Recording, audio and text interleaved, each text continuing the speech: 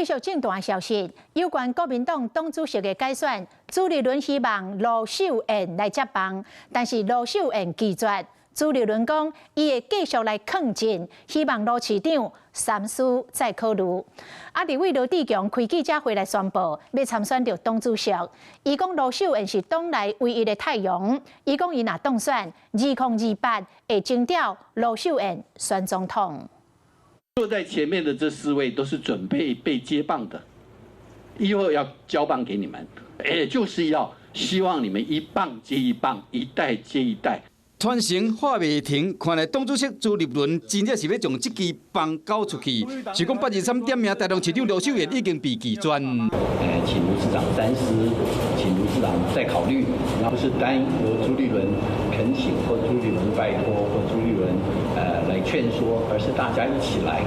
搁要就其他人做伙来响应，是讲罗秀燕拒绝参选，嘛互党内热议马上定伊一尊。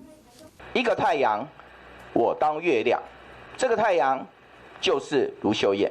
罗志强宣布参选，行尊罗的路线，目标重返执政。是讲即马表态要参选的，唔那伊尔，包括前立委郑丽文、中法院前院长杜碧元、国民党中常委孙建平，还有师门学校总校长张亚中，拢宣布加入战局。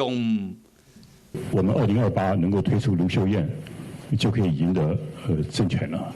这个奥林匹克的田径运动赛，然后在3年前我们已经决定谁做我们国家的代表。大家觉得这是一个很奇怪的事情。那每一位有意愿的同事都很优秀，那我也特别谢谢自强也党内的声音，最主要是希望说，未来我们的2028的人选跟党主席能够一致，这些都是大家对卢市长最主要的一个期待。国民党的党主席会交由什么人来接？目前的态势也未明朗。Hello， 我是蒋欣梅。想要抢先掌握最及时的新闻资讯吗？赶快订阅、按赞、开启小铃铛，锁定华视新闻 YouTube 频道。